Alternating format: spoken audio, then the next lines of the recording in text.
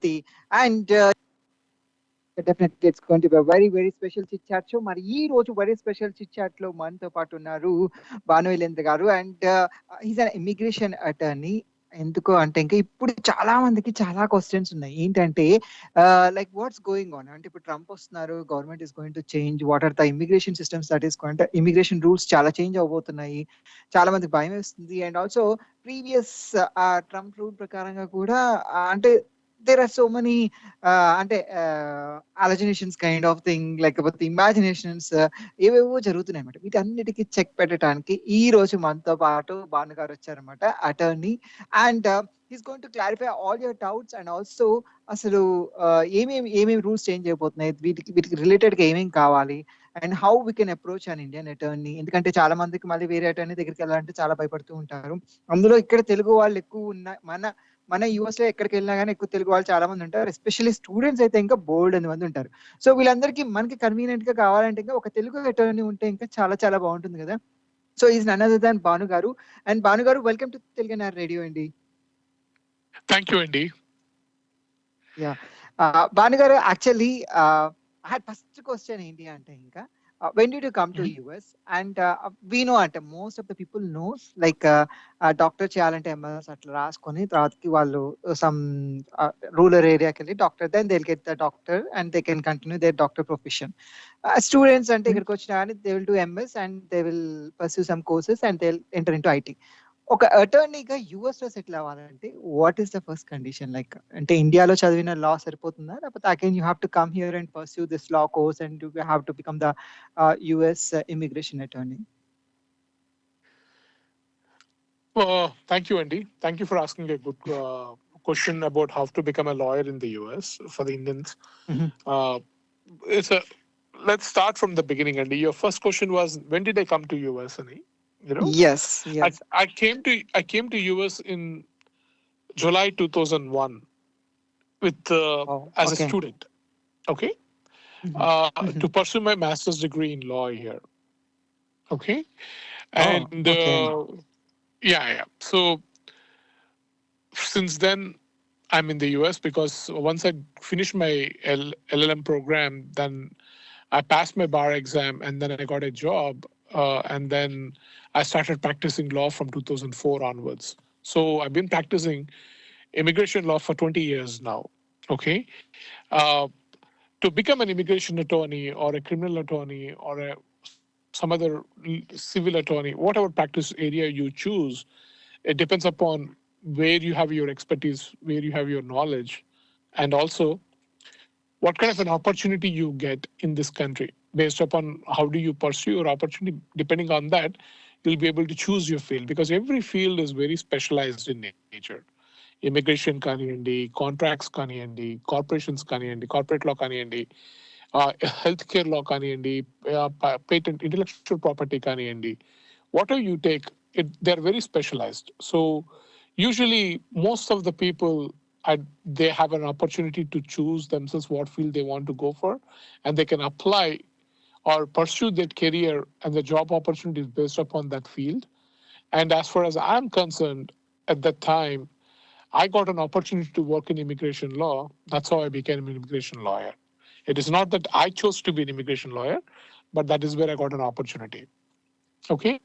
And and in 2001, when we come here, if somebody has to become a lawyer in this country, they have to study law in the US. Okay. And once they study law, once they finish their education, then they have to sit for a bar exam in a state in which they intend to practice law. Okay. And they have to pass that bar exam, and they have to get admitted into the bar. Then they can practice law. Okay. Until then, they cannot practice law in this country. If they do it, it's illegal and it's unauthorized, and they can face severe consequences for that. Okay. Oh, okay. Yeah. If you do unauthorized practice of law, and if you practice illegally, you can face severe consequences. Sometimes even I mean, there will be a lot of consequences. Sometimes there can be prison also.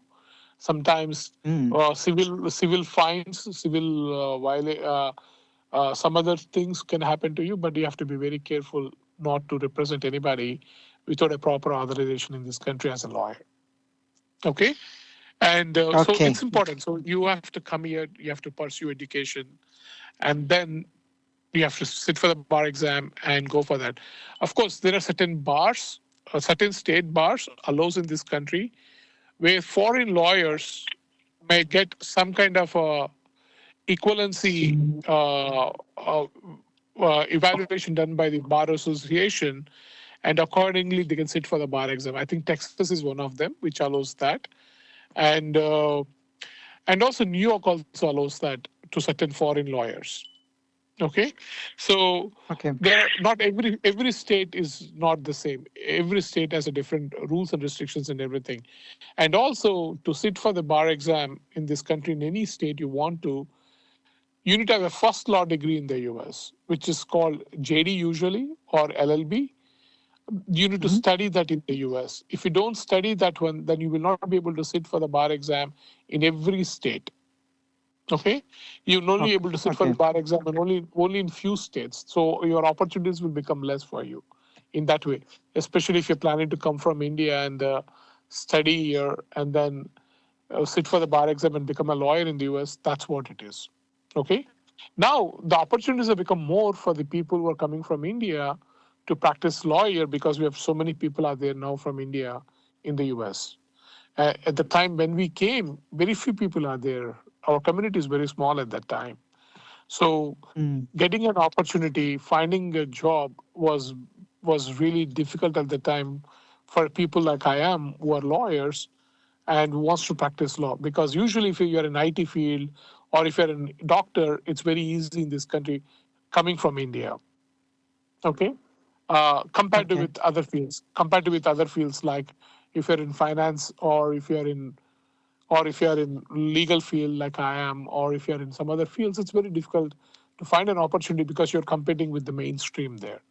You did not establish your niche uh, as a community-wise or opinion in the United States in these fields. But if it's come to technology, if it comes to healthcare, they believe that our education system is very strong in that, and we are very, very highly educated and well qualified to do those jobs in the US.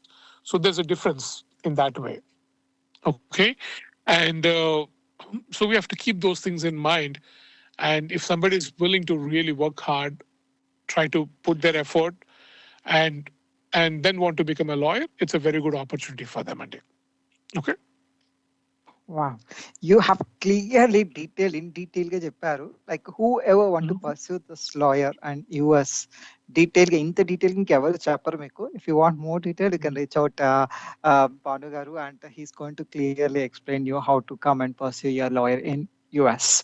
And sir, like now coming to this immigration systems now, there are lot of changes going on, and people are really scared, and people are thinking that they will be really sent back to India or some places like whatever they're coming from. And just wanted to know, like for OPT students, I heard there is a changes in OPT. There are going to be changes in H1B, and there are going to be changes in the like EB1 or EB2 or EB3, like whatever the process they are going through for the green card. So there are so many changes they are going to be. Like so people just wanted to know, like what are the changes that are going to happen, and do we need to be more cautious for these immigration rules that are going to come up? We need to be aware of the laws anytime. Okay. Ignorance of knowledge of a law or a rule or a regulation is no excuse. So we need to be aware of it. We need to be well versed with it, and that's why that's how we're supposed to be in anywhere in the world. Okay, so especially in Commonwealth countries, which usually follows the common law. US is also one of them. Okay, and so what I'm trying to say is your question was that whether are there going to be any new regulation that is going to impact positively or negatively for our community, Negatively, especially yes. mainly negatively our community and everything. I want to be very upfront here. It's not that I'm trying to scare people or trying to give them nothing to worry about or anything like that. Absolutely, Mhm. whenever a new administration comes into power, there will be all automatically ideological changes and policy changes based upon their own ideology of that particular administration. Okay, Mhm. so Mhm. we all know that the coming administration, which is a Trump's administration, they are anti-immigration and more restrictive aspects of the immigration. Therefore, we tend to worry that they're going to impose more restrictions in people immigration processes, especially on the H-1Bs and F-1s and everything. And also, they will try to deport more people and everything. See, there's a partial truth in it and partial uh, untruth in it. Okay, there are certain, of course, they're going to be more restrictive in certain areas of immigration, but I don't think they'll be that much restrictive if it comes to high skilled worker immigrations, issues. Okay, high skilled Okay. worker immigration issues means like our H1B program, or L1 program, or O1 program, you know, or students who are coming for the master's degree and PhDs in this country or undergrad degree in this country, especially from India. Okay, F1 students, because they want to have pool of talent, wealth of talented people coming into this country or intelligent people coming into this country. So F1 program is one of the best ways to do that. So I don't think that will really cause any issue because we did not see any issue for the F1 students causing a problem during the previous Trump administration. Okay, so same thing we're expecting Okay. here. But however, you have to understand this. It's not about the Trump administration. It's about the new regulatory changes that are going to come into effect from January 17th, 2025, pertaining to the H-1B program and the F-1 program. Okay, it's very, very Okay. important for us to understand those new changes. Okay, for the past 4 years, getting an H-1B visas or H-1B approvals in the US were not that complicated. As long as you establish that you are an employer in the US and you have a bona fide job offer, and by meeting the regulatory definition showing that requirements, you are able to get H-1B approvals as long as you show the position qualifies as a specialty occupation. Okay, and Mhm. even especially if the employee works at the third party client side, majority of the people who come on H-1B visa from India, they work for the IT consulting services or healthcare consulting services where they actually provide services to the third party companies, not to the employer who actually hires them. Okay. And Okay. because third party companies uses their services, it's usually we call employer EEC model or EVC model or EVVC model. That's what we say that employment arrangement model is. Okay. Yes. And Mm. and in that way, at the time, you do not have to show any contractual documentation or a relationship between the end client and the employer for the past 4 years, from 2020 to 2024. Okay, so getting H-1B approvals have become very easy for the employers. Okay, but however, Okay. they increase the site visit verifications. Okay, they ramped up the Ah. site visit verifications of H-1B program a lot. Okay, and that caused a lot of headaches for the employers for the past 1 year and everything, because too much inquiry, too much harassment by the USCIS in the name of the site visit complaints and everything happening. Now what's happening is all the H-1B approvals were easy in the US. People have been difficulty getting visa stamping in India. Okay, because in the consulates again they're actually not, they're going beyond normal requirements for the H-1B approval, which is followed by the USCIS at the consulates abroad, especially consulates in India. Okay, now Okay. the new regulations that are going to come into effect from January 17, 2025 is going to make everything equal, and USCIS also is going to impose same restrictions, same requirements what the consulates are demanding right now abroad to stamp to give H-1B visa stamping for the individual. Okay, so Okay. now employees are now again required to provide all contractual documents, agreements, purchase orders, or a relationships between them and the end client to show that there was actually a bona fide job offer exists at the time of request start date of an employment for the H-1B worker. Okay, that is a huge change again. Again, we are going back 10 years, 12 years backwards, where we were required to provide client letters, agreements, and all those things to establish the relationship, especially if you're an IT consulting services company where your employees work at the third-party client side. And also now, the regulations are going even a little bit further, saying that we have to show the client requirements for the purpose of showing the position qualifies as a specialty occupation or not under these circumstances. Okay, and that is also that is also increases a lot of burden on the employer to show the position actually qualifies as specialty occupation or not. And also they're actually changing the educational requirement for the specialty occupation also, right? Previously, if you require several degrees for a certain position, we do not have to really show any nexus between all those degrees previously, how they're related to each other. But now, that is also required to be shown. Okay? For instance, if for a software developer position, if you're going to hire somebody with a master's in business administration in finance, no, you have to show a direct relationship between that software developer and the master's of business administration position with finance. Although MBA in finance individual may qualify for a specialty occupation, but he may not directly qualify for the software developer position. And previously, we were able to establish through indirect qualifications, and in that way, we were able to get the approvals. But now, that's going to become a very difficult issue with H-1Bs. Okay? And these are the things which we are going to worry. We have to, these changes are going to come into effect from January 17th. And these changes are passed by the Biden administration, not by the Trump administration. Trump administration has to follow it because they come into effect and it's binding on them. And they will follow it. They're very happy to follow it. Maybe they will even implement it more jealously also, more aggressively also. Okay? Yeah, got it. And yeah.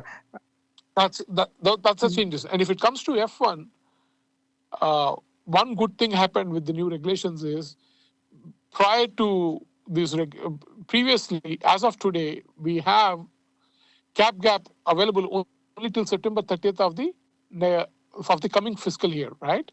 For example, if you file an H-1B petition for an F1 student, and if F1 student's OPT is expired after filing an H-1B petition, they're automatically authorized to work only till September 30th because their H-1B start date is on October 1st. Because fiscal year of that particular year starts on October 1, right? And now that has been extended till April 30th of that fiscal year. That means most of the times we see that on October 1, H-1Bs are not approved. They're in processing, they're pending with the lottery process and everything. Under those circumstances, individuals who are working has to stop as of today after September 30th until that H-1Bs were approved. Now, that is not required. They can still continue to work until April 1 of that particular fiscal year. And US is very confident that they'll be able to adjudicate these H-1B petitions by April 1 of that particular fiscal year.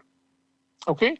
That is actually increasing 6 months more cap gap time for the F1 students. It's actually helping them. Okay? Yeah. Bhanu Garu, just a minute. Sorry for interrupting you. We have a caller, he's waiting for last 4 minutes. So once the caller asks his question, then we'll continue our discussion. Yeah. Sure. Hello, మీ పేరేంటి, మీరు ఎక్కడి నుంచి call చేస్తున్నారు? నా పేరు శైలేష్ అండి. నేను US లో ఉంటాను, బట్ రైట్ నౌ మెక్సికోలో స్టాంపింగ్ కోసం వచ్చానండి. Okay. Hi Shailesh. So what is your question now? So నా క్వశ్చన్ ఏంటంటే, నాది ఫ్రైడే ఏఎస్సీ అపాయింట్మెంట్ అయిపోయిందండి. అండ్ ఏఎస్సీ అపాయింట్మెంట్ అయిపోయినప్పుడు డిఎస్ 160లో everything is fine, but only thing is వాళ్ళు డిఎస్ 160 పైన పి అని రాశారు.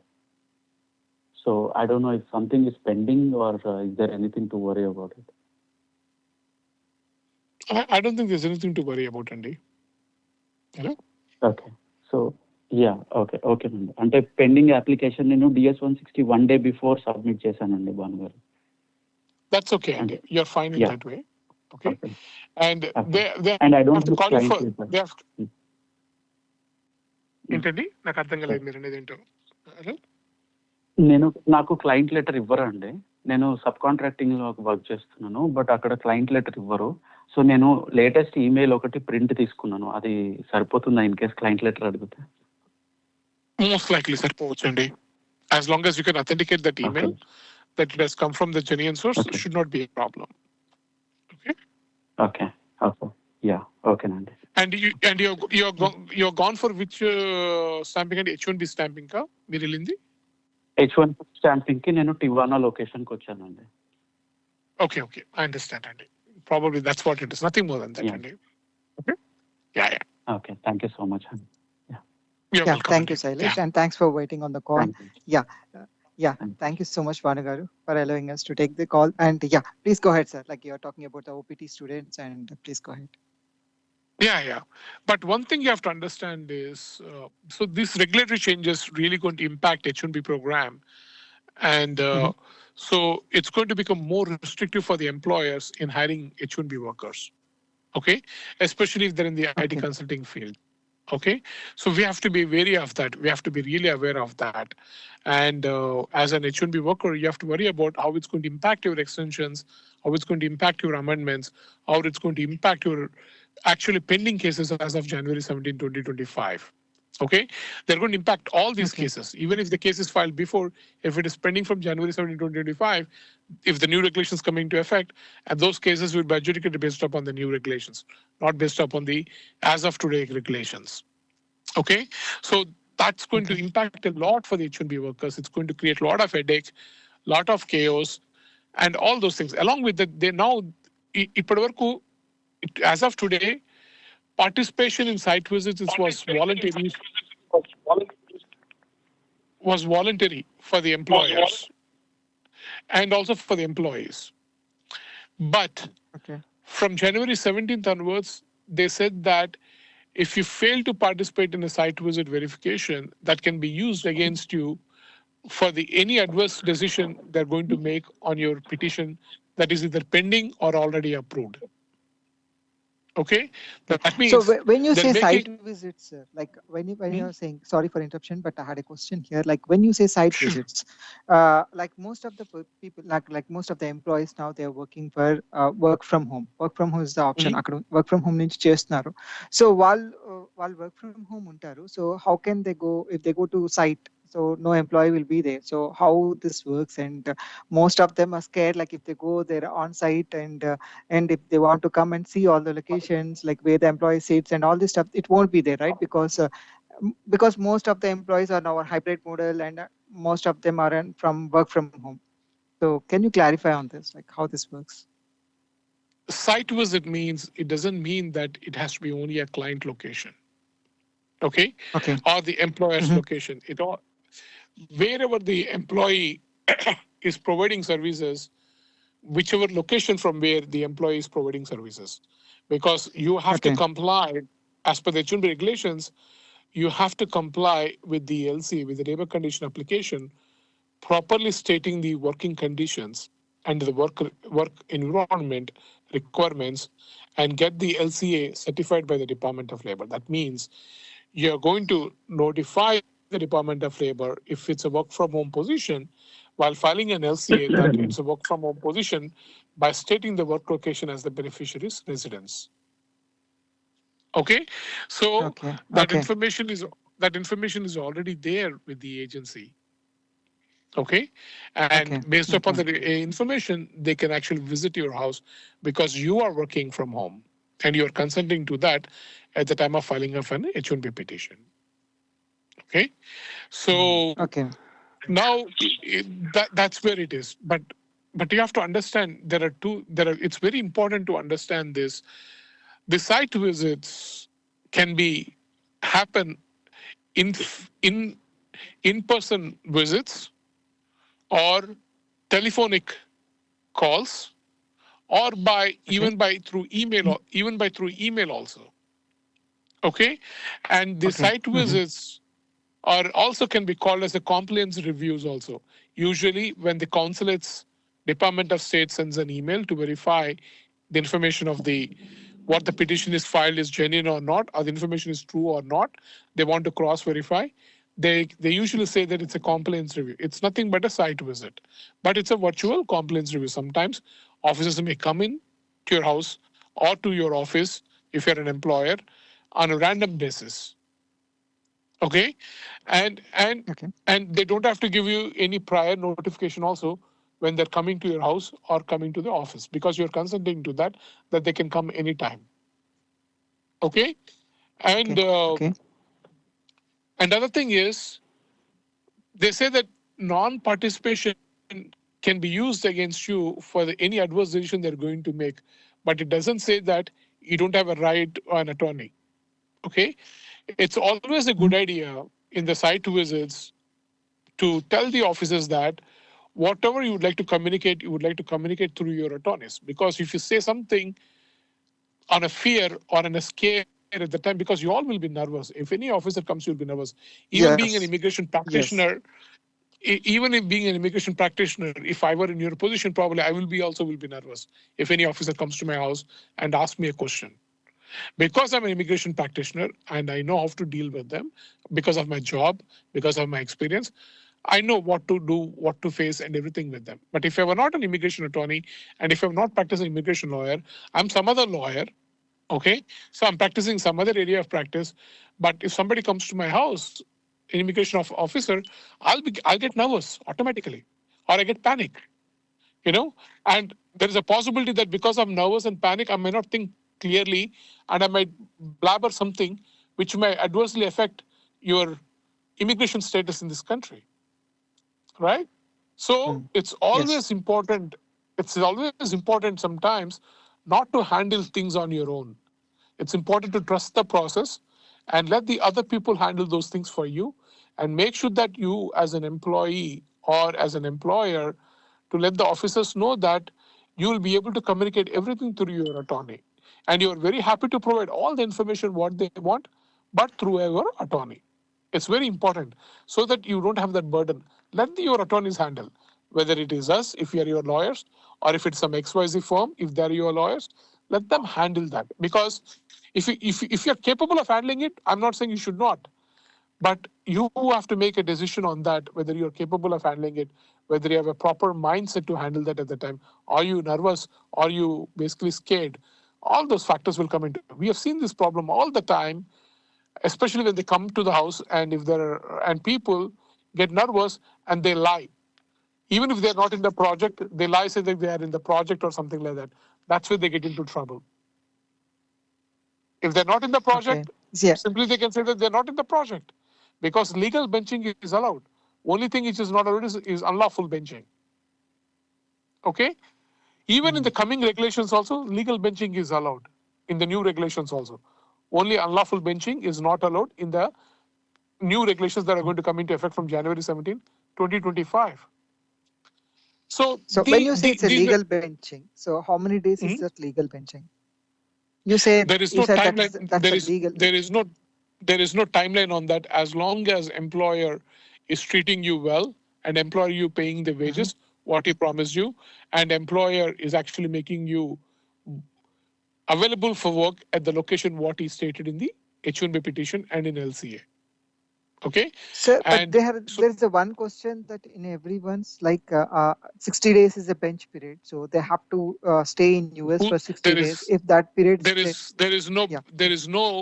nothing like that 60 days bench period. Only thing you have is a 60-day grace period if you're terminated by employment. There is no such bench period 60 days or 90 days or 100 days. Whether you're lawfully benched or you're unlawfully benched, that's the thing which they will look into. Okay. And if they bench you unlawfully, then you're out of status, and also employer is in violation of H-1B regulations. Okay. Yeah. So that is very, very important. Okay. As long as employer can justify the lawful benching, the duration, whatever duration it is, if it's 1 week, 2 weeks, month, 2 months, 3 months, 4 months, as long as they can justify the reasons, and as long as they can show that they are actually paying the wages, they have the ability to take care of the employee, USS can't do anything on that. Okay? So Got it. So it's very important that you do not have to lie saying that, oh, I'm in the project or I'm working here and everything. Don't get panic. Don't get lie. And that's what we see lots of times. We see the problem with the H1B cases. People get into trouble with site visits is they tend to lie thinking that they can get away with it. When officer comes on a panicness or a nervousness, it's not like they intend to lie, but because of their panic, they're nervous, they will blabber something. And that's where the whole problem will come. Okay? And they have to make sure these things are very, very important to keep it in mind, especially with the new administration coming in. Very important things which I would like to talk, very, very important things I would like to talk. I don't think any lawyer spoke till now. Okay? First thing is this. They are going to be very aggressive in the site visits, the new administration. Okay? So make sure that you are well equipped, very well knowledge, and your employers, also who are the representatives of the employers, who will be in the company, who are others to work also, have a complete knowledge if they want to handle on their own. Okay? And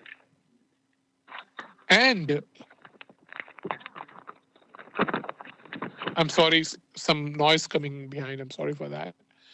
And okay, no problem. Yeah. And there was some new law passed by the new Congress, which came into effect, which is a Republican majority Congress, where they're going to deport undocumented immigrants even for a small or a slight offenses which they have been charged with. For example, even petty offenses which they have been charged with. For example, if you're an undocumented immigrant and if you have been found guilty of shoplifting or a minor theft or any other violation like a DUI or anything like that, they can deport you right now on a priority basis. And it was recently passed by the Congress. Okay? Now it's on the Senate floor, and Senate needs 60 votes. They have a 53 votes, Republican Party. That means they need to get 7 more votes from the Democrats. Okay? And if they get it, then President Trump, when he takes the oath on December, now January 20th, he will sign that into the bill. Okay?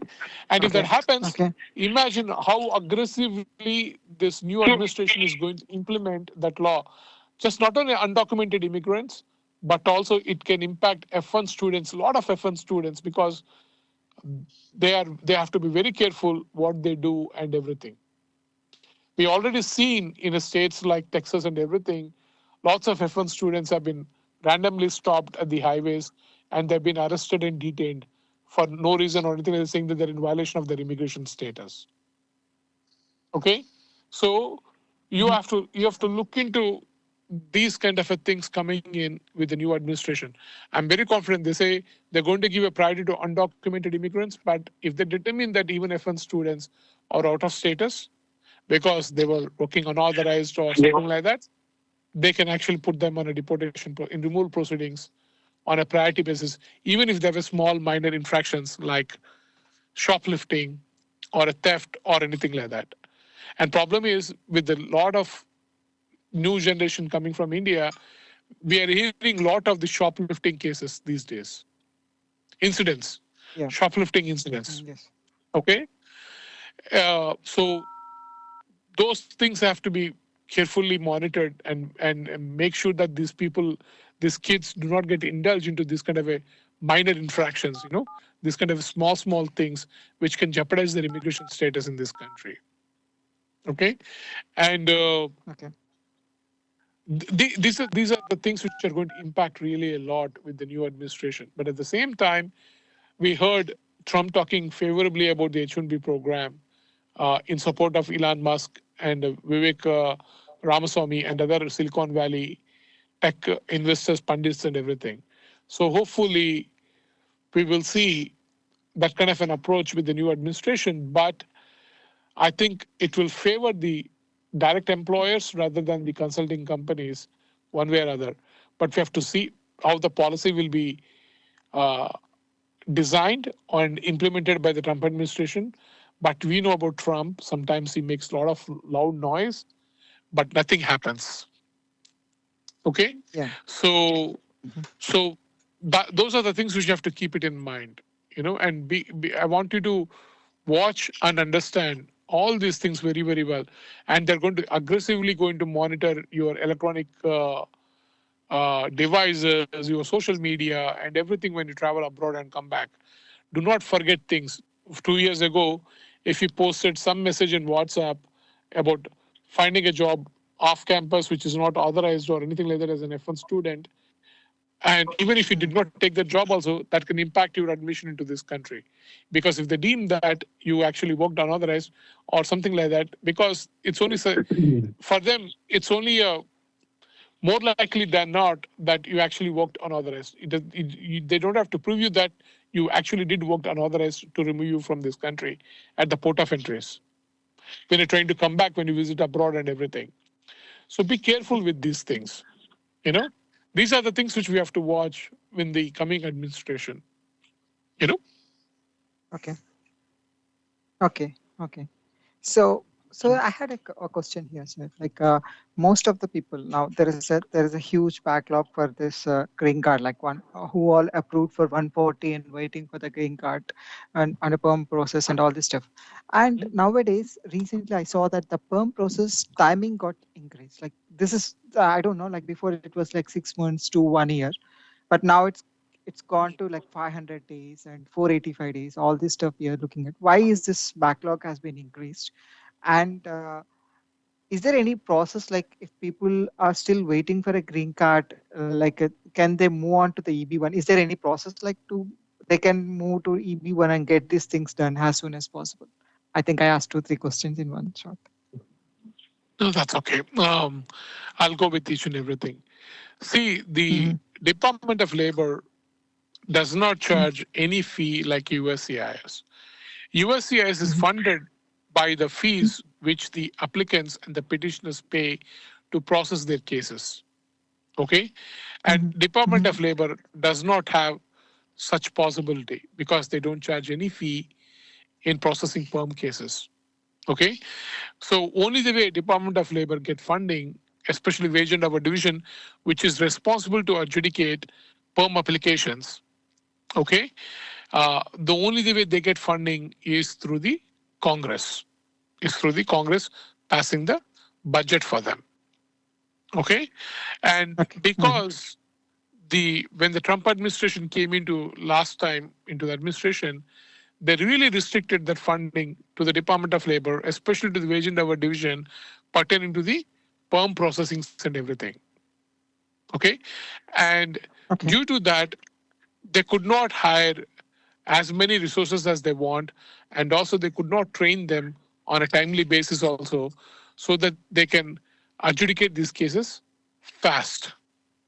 And also because number of filings also been increased during that time, and because number of filings have been increased and number of people availability is very low, automatically process times increase. Okay, and Okay. Okay. that is continuing till date also. Biden administration also did not do any different than Trump administration if it comes to wage and hour division funding, and also increasing the workforce in wage and hour division who are well trained in adjudicating perm applications. Okay, which is not Okay. happen, and therefore this delay in processing is happening with the perm processing. Okay, that is what it is because of the lack of the personnel or lack of the trained personnel available for the Department of Labor to adjudicate these cases on expedited basis. Okay, Okay. Okay. and if it comes to how to get into EB1A, see, one can get into EB1A only if they qualify. And this is very, very important thing I want to talk to you because we are on the call right now. I think people will be listening to it, or at least they will listen to it in the later when they want to go back to listen to it. Do not fall for the fraudsters. They are telling you that we will build your profile in 1 year, 1.5 year. We charge you $50,000, but we build your profile. We'll get you into EB1A because we have successfully done that for few in the past for the few people because we have knowledge on that.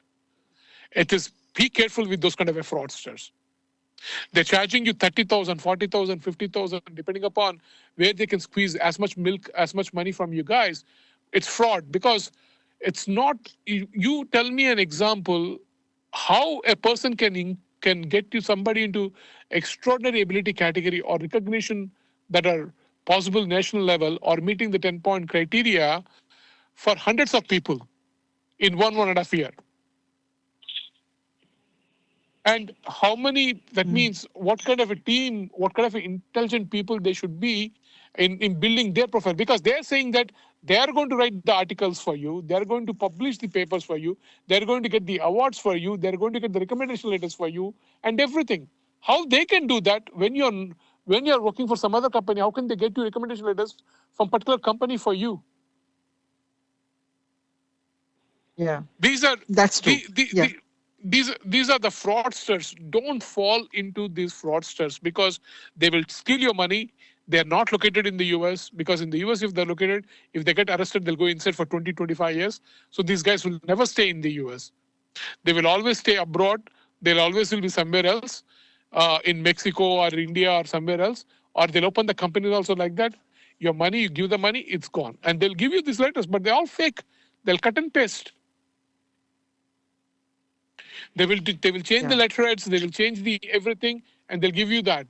And it's a common sense, right? For how many people they can build, what kind of a team they should have. Writing an article, or doing a research and writing an article, which is basically which has an intrinsic value into the field of endeavor in which you would like to pursue your career. You know how much time it takes on an average. And if they're doing this for 50 people, you know how many people they have to spend time on that. Very true. So very true. Just be careful, be cautious on this. Don't fall into these traps. Okay? If you want to get into EB1A program, talk to your attorneys and have an understanding what is the criteria is and how you can get into meet those criteria is, and see if you do not have those qualifications, try to achieve those requirements, try to achieve those qualifications. If you put yourself effort that 1.5 year, probably you can achieve on your own. But you have to put an effort. You have to learn. You have to understand. And try to see how you can differentiate yourself from other group of people who are in the same field for you. As an attorney, we are very happy to help you to guide you on that. But you as an individual have to put an effort towards that. Don't fall into this trap. If any attorneys are telling you also, be careful with those attorneys. But I'm very confident that not a single attorney will say that. And whoever is saying this, these people are not attorneys, these people are fraudsters, and these people are running illegal business over here. And if they get caught, you know, all the people who try to do this thing, the careers, their life will be jeopardized in the US. Especially people who are aspiring to get into this EB1A program are already lived in this country for 10, 15 years. You know? And just be careful with these notorious, you know, these fraudsters. Very careful. Be careful. Don't fall into that. And EB1A, see, even EB1A is backlogged right now for 5 years for Indian nationals, right? Almost 5 years. It's 2021 now for the final action dates. So even that is not a rosy picture for Indian-born nationals. You know, and so the best way as of today for the Indian-born nationals to get a green card is through the EB5 investor visa program. And Indian nationals may not qualify for the E2 non-immigrant investor visa program too. They only qualify for the EB5 or EB1A, EB2 or EB3, or even EB4, which is a special immigrant category, if they fall into any one of those categories. Okay? And so as of today for Indian nationals, the best possibility is EB5 investor visa, because if it comes to rural area or a targeted employment area for Indian nationals right now is current as of today. I'm not saying that it's not going to go backwards for them also, but even if it goes backwards, it won't be that back like EB1A or EB1 category or EB2 category or EB3 category. Okay? So The best Okay. possibility is if you have enough financial wherewithal, pursuing an EB-5 investment immigrant visa may be a good option. And the other options is this: if you have an employer not willing to sponsor you a green card, and if you have a master's degree or above degree, and or its equivalent, and if you can qualify for EB2 NAW I-140, which you can self-petition, even if you don't qualify for EB1A, you should pursue that EB2 NAW I-140. As an attorneys, we're very happy to help you in processing your EB2 NAW I-140s. Okay? Reach out to us if you're listening a call, and if you have a requirement, feel free to reach out to us. We're very happy to help you. We're very happy to guide you and see how we can fit your position to qualify for national interest waiver and process your I-140. Okay? Same thing with EB1A I-140s also. If you're really interested in EB1A I-140, if you believe that you have certain achievements in your job, certain recognitions in your company also, which we can use them to meet one of your criterias, and you're very happy to welcome your call, review your file, your profile, your achievements, and your requirements in your job, in your field of endeavor, and see how we can fit you in the EB1A program. And if anything is required, we will tell you what else needs to be done for somebody to qualify for EB1A. Okay? We're very happy to do all Okay. these things for you people. Yes. Please go ahead. Yeah. That's what it is. Yeah. Yeah, definitely, Bhanu garu. And you have shared so much of information and related to OPT, H1B, and everything. And definitely, please feel to reach out BPL group. And so, do you have any reach out number so that people can reach out to you and ask you all the immigration questions to you? Sure. Definitely. See, during the initiation of the call, we did not give any disclaimer to the audience. It's very important to provide this disclaimer. Please be advised that whatever discussed in this call does not constitute a legal advice or create an attorney-client relationship. Okay? Okay. Anything discussed in this call is meant for the general awareness purposes only. Okay? If you want a particular opinion or an help with your legal matters, kindly feel free to reach us privately to our firm, and we're very happy to help you. To reach us, and our firm name is BBI Law Group. We are located in Herndon, Virginia, which is Washington, D.C. suburbs. Our website is bbilawgroup.com. My mobile number is 319-400-0053. My office number is 703-496-7722. I repeat, my office number is 703-496-7722. My email ID is bhanu@bbilawgroup.com. BHANU Bhanu@bbilawgroup.com. If you look into WhatsApp, if you look into my name and my profile, you'll find all my contact details also. Okay? And feel free to reach our office. We're very happy to help you and guide you with your immigration needs. And I would like to thank you, NRI Radio, and I would like to thank you, for giving this opportunity today to be part of this show, part of this immigration talk. Thank you so much, Bhanu garu. It's our honor, and really, you have cleared so many basic questions, whatever the people they need it. And thank you so much for coming to our show. And definitely, we'll connect next week, and we'll clear more questions, whatever the people have. Thank you so much, sir. Thank you for this call. Thank you very much. Yes, have a wonderful day. Yes, Mirvinar. Thank you so much Bhanu గారు. మరి మీరు విన్నారు కదా, బోల్డ్ అని immigration issues ఏవైతే ఉన్నాయో, కొత్త rules రాబోతున్నాయి, ట్రంప్ రాబోతున్నారు, అండ్ బోల్డ్ అని క్వశ్చన్స్ కూడా అనుకున్నాయి. వీటన్నిటి గురించి కూడా తెలుసుకున్నారు కదా. ఇంకా డీటెయిల్ గా కావాలి అంటే ఇంకా భాను గారు చెప్పిన నెంబర్స్ కి కాల్ చేయండి, ఈమెయిల్ కి కాల్ చేయండి, ఈమెయిల్ కి టెక్స్ట్ చేయండి, so that you will be get cleared everything. And there is one more contest going on in Telugu NRI radio, that is ముత్యాల ముగ్గు పోటీ. ప్రపంచవ్యాప్తంగా ఉన్న మహిళలు సంక్రాంతి సందర్భంగా సువర్ణ అవకాశం ఏంటంటే తెలుగు NRI రేడియో వాళ్ళు ముత్యాల ముగ్గు కాంటెస్ట్ కండక్ట్ చేయబోతున్నారు అనమాట. And also you have so much amazing prizes. And also దాంట్లో కూడా మీరు గెలుచుకోవాలి అంటే ఇంకా ఏం చేయక్కర్లేదు, జస్ట్ ఇంటి ముందు ముగ్గు వేసి దాని దగ్గర తెలుగు ఎన్ఆర్ రేడియో అని చెప్పి రాసి, and also you have to definitely mention ఇది ప్రవాసాంధ్ర గుండె చెప్పులు అని చెప్పి మెన్షన్ చేయండి. Definitely you should mention that అనమాట.